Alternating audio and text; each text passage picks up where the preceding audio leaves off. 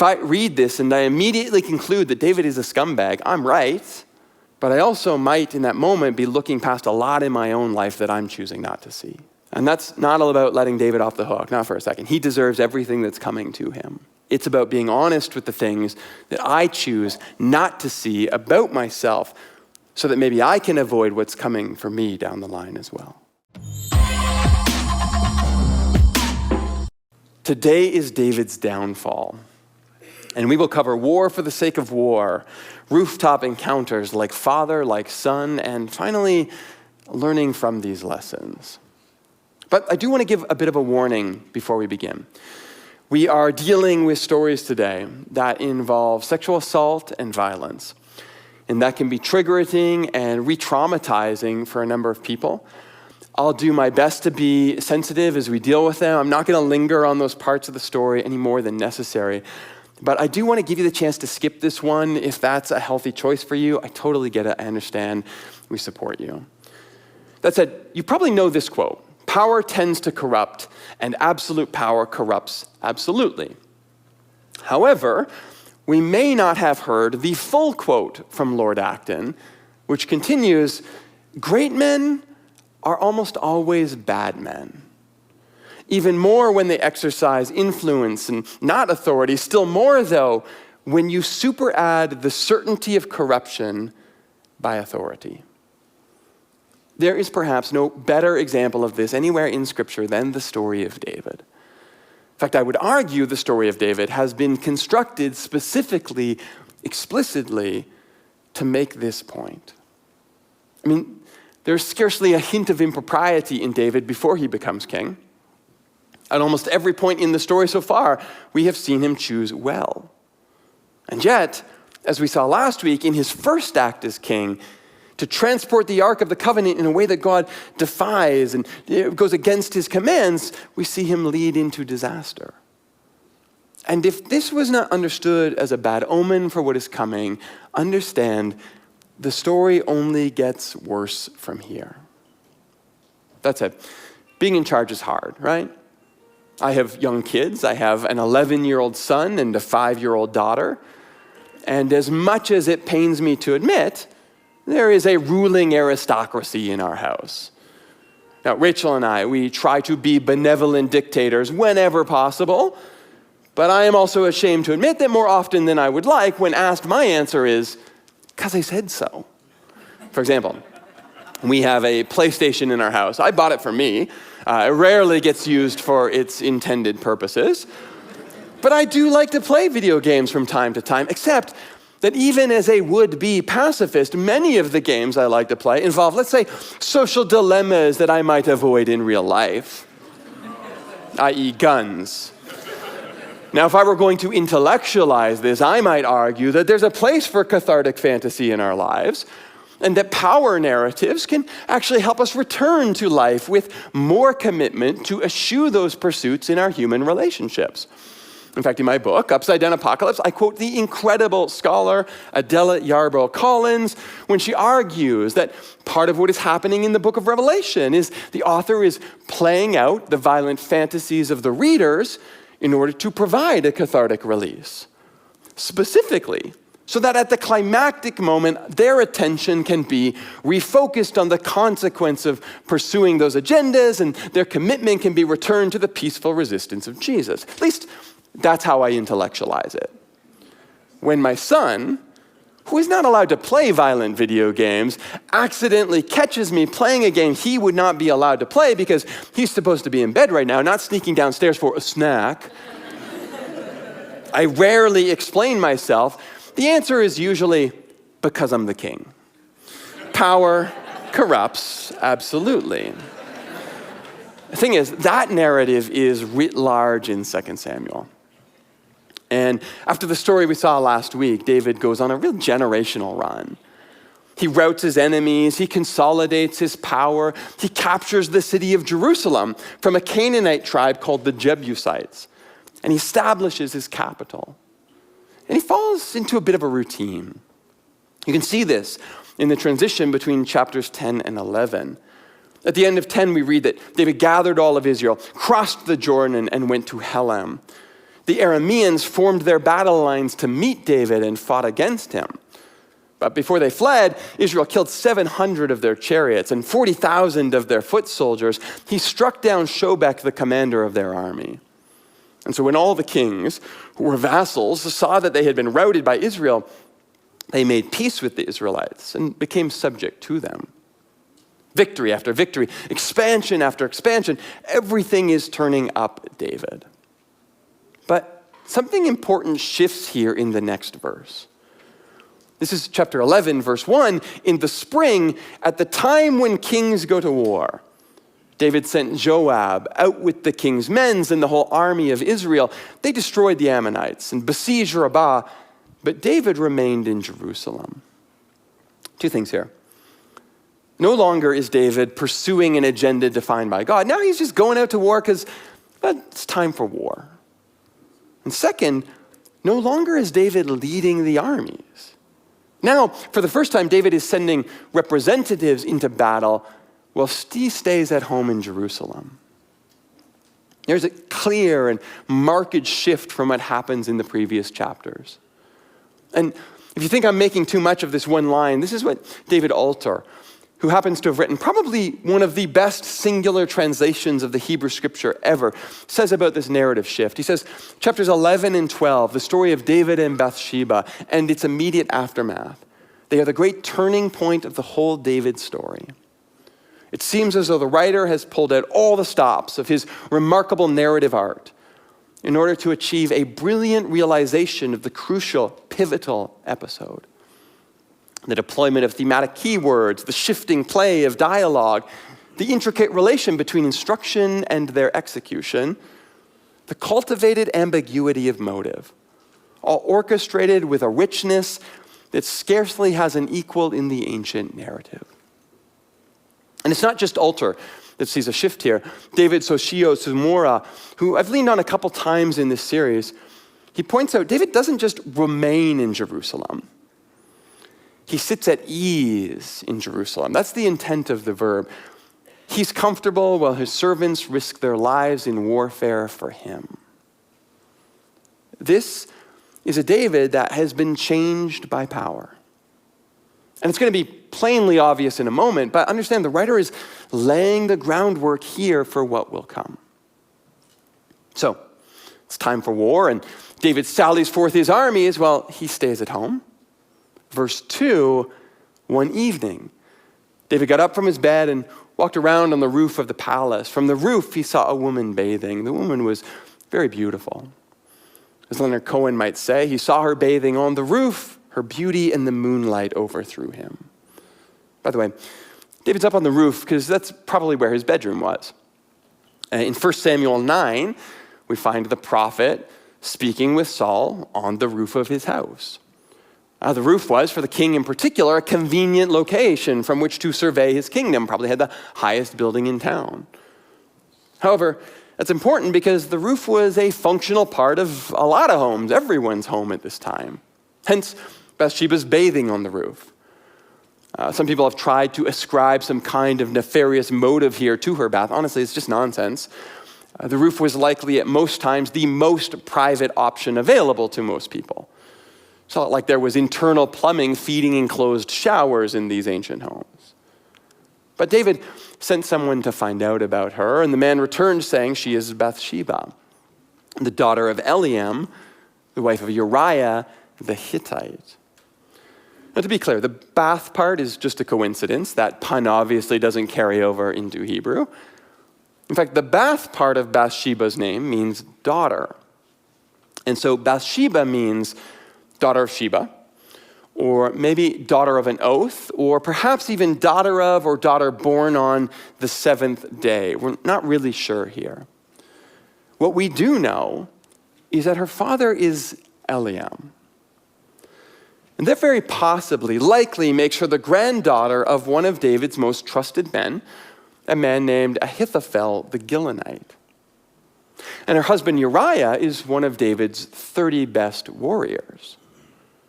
Both of these men are named in the narrative for us. That means all of these details we're being given here are like big, red, warning, flashing signs telling us David knows exactly what he's doing.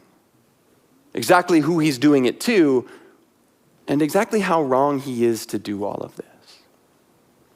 And yet, David sent messengers to get her. She came to him. He slept with her. Now she was purifying herself from her monthly uncleanness, and then she went back home. A couple things, but first of all, she was purifying herself from her monthly uncleanness. That's a weird insertion. It's a strange construction and kind of awkwardly stuck in here, hence why the English translators have put it in a parenthetical. However, the Hebrew construction is something we call wayiktal. And what that means is that this is a circumstantial clause subordinate to the primary clause. What that means is that this is related to why Bathsheba was on the roof in the first place. It calls back to that. It means the author is clarifying here that Bathsheba had just finished her period, which is why she was bathing, which is why there is no debate about who the father is when she finds out she's pregnant in the next verse. The author is making sure David has no outs here. And just quickly, unclean in this circumstance does not mean dirty or bad or morally suspect. That is not how ancient Hebrews thought about a woman's menstrual cycle. This is about ritual purity. It's about someone preparing themselves for communion with God. If anything, this narrative is showing Bathsheba in the best possible light that it can. However, I have to talk about another phrase here. David sends messengers to get her. The verb here is lakak. It means to take, grasp, or seize, to take away from someone, or to take as one's own property. On the other side of the equation, if you are being taken, it can mean to accept humiliation. All of these, by the way, taken directly from the Hebrew Aramaic lexicon of the Old Testament, which is the primary lexicon that's used in scholarship today. This is not a neutral term. David did not just send someone to get her as if this was an invitation. In fact, I would argue the most damning evidence here is that this is precisely the term that was used in 1 Samuel 8. Do you remember that? God warns the people how bad a king will be for them. And there, this same word is not translated get, it's translated take. As in God says, he will take your sons for his wars, he will take your daughters for his desires. Same word, lakak, that's used here as David sends someone to take Bathsheba. Quote from Dr. Wilda Gaffney here. When David sends for Bathsheba, she does not have the option to refuse his invitation, nor do his men have the option to refuse to bring her. The description of her going with the messengers may suggest to modern readers that she complies or participates willingly. However, the absolute power of an ancient Near East monarch, combined with the absence of her husband's protection, greatly reduces her ability to consent to the sexual encounter. Bathsheba, going with David's soldiers on her own 2 feet, should in no way be read as consent, but rather as her holding on to a shred of dignity by not being dragged before the king. The story, however, only gets worse from here, because Bathsheba is now pregnant. And rather than own up to what he's done, David instead recalls Uriah from the battle, hoping that he'll come home, he'll sleep with his wife, and that will secret away David's sin. Uriah, though, distraught about his fellow soldiers being at war while he's at home, refuses to sleep with his wife. Doubling down, David tries to get him drunk, and he drops him off at home to see if that will help. But Uriah still refuses. Finally, David sends Uriah back to the battle, this time with an order for his generals to place him out front and then leave him stranded when the fighting starts. Let's point out the obvious here. Refusing to own our mistakes, attempting to hide them, paper over them, only ever makes everything worse. Because now David is a rapist and a murderer. And somehow, the story only gets worse from here. Chapter 12, the Lord sent Nathan to David. When he came to him, he said, there were 2 men in a certain town, one rich and the other poor. And the rich man had a very large number of sheep and cattle. But the poor man had nothing except one little ewe lamb he had bought. He raised it, and he grew up with him and his children. He shared his food, drank from his cup, even slept in his arms. And was like a daughter to him. But when a traveler came to the rich man refrained from taking one of his own sheep or cattle to prepare a meal. Instead, he took the little ewe lamb that belonged to the poor man and prepared it for the one who had come. David burned with anger against this man and said to Nathan, "As surely as the Lord lives, the man who did this must die. He must pay for that lamb 4 times over. How could he do such a thing, having no pity?" And Nathan said to him, "David, you are that man." Not really sure there's a lot to add here. Nathan does just a wonderful job of demonstrating how easy it is for us to see sin at a distance and how difficult it can be to spot it the closer it gets. I think of it like this. If you hold out your finger from you at a distance, you can see it, you can focus on it. In fact, the weight of your arm means you can barely even ignore it.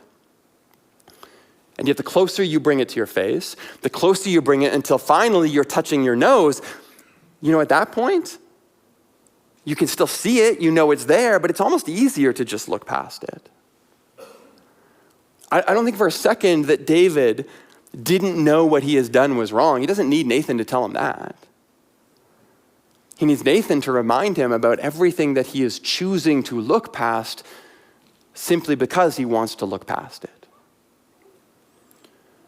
And you know what I find particularly scary about reading Nathan's story here is just how easy it is for me to see the point when it's pointed at David. I mean, that's the whole point of the story, right? If I read this and I immediately conclude that David is a scumbag, I'm right. But I also might, in that moment, be looking past a lot in my own life that I'm choosing not to see. And that's not all about letting David off the hook, not for a second. He deserves everything that's coming to him. It's about being honest with the things that I choose not to see about myself so that maybe I can avoid what's coming for me down the line as well. Because somehow the story only gets worse from here. Chapter 13, verse 1. In the course of time, Amnon, son of David, fell in love with Tamar, the beautiful sister of Absalom, son of David. And Amnon became so obsessed with his sister Tamar that he made himself ill. She was a virgin. It seemed impossible for him to do anything to her. Verse 11, he grabbed her and he said, "Come to bed with me, my sister." But she replied, "No, my brother, don't force me. Such a thing should not be done in Israel. Don't do this wicked thing." Now, people have argued that because the text goes on in the next verse to explicitly use the word rape for this story, over and against the more coercive nature of David's transgressions, maybe we should think about these two sins differently. Honestly, I don't see how you can read these two stories about father and son back to back and not understand exactly what the writer is trying to do. Amnon's not the victim here. He's very much responsible for his choices, but he is also the product of his father's household. And again, understand, these stories are scaled up for us, right? Most of us are not failing as spectacularly as David. Most of us are not given the responsibility over kingdoms he was either. But the writer is absolutely trying to tell all of us that our choices, our sins, have impacts far beyond our constrained imaginations for them. When the scriptures talk about generational sin or generational curses, that's not about witchcraft or God holding your dad's mistakes against you. The scriptures tell us explicitly that God does not do that. No, what this is about is the way that our sin, the way that our mistakes can outgrow us to then weigh down the people that we love as well if we don't take responsibility for them. Look, I can't identify with the scale of David's story, but I can already absolutely see the way that my kids, even my adopted kids, are beginning to look a lot like Rachel and myself. Stories like this are meant to tell us to be mindful of how damaging sin can be when left unchecked in our house. Do I let my hurts spill out onto my kids?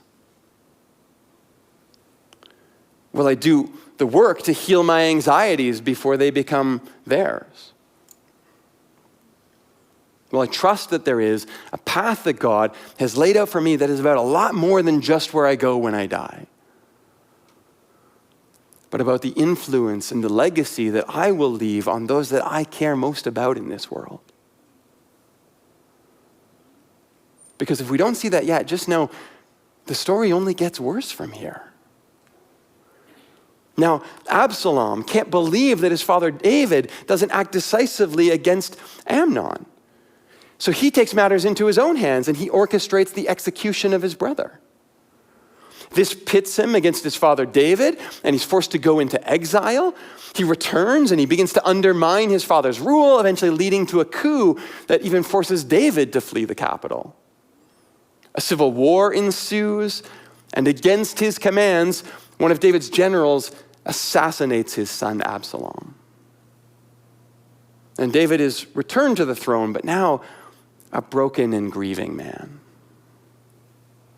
In fact, of all of his sons, it's Bathsheba's second son, Solomon, that succeeds him. She is, in a sense, the only one that is vindicated in this long, sordid tale. So here's the question, what do we do with all of this? How can a story that ends so poorly teach us anything about ending well? Well, as I offered in the opening of this series, I think we have to keep our wits about us and we approach the story of David honestly. Because honestly, there is a lot of good, a lot of beauty, a lot of poetry, a lot of grace in the story. There are a lot of lessons to learn from David's tale. And we would be worse off to ignore any of them. But we would be even worse off to pretend they are the full story. Because on the other side of those lessons, there is sexual assault, violence, a broken family, a mountain of hurt that carries forward for generations of David's descendants. And my concern is that if we only pay attention to the first half of the story, we might find ourselves living some form of the second. Maybe not as glorious and certainly not as painful, but I am absolutely not interested in playing out the arc of David's life in mine. I want something different for me and for you. And that means I have to pay attention to all of it. If we celebrate the king and we ignore what he becomes, then we risk learning the hard way that getting everything we want is too much for any of us, even for a man chosen after God's heart.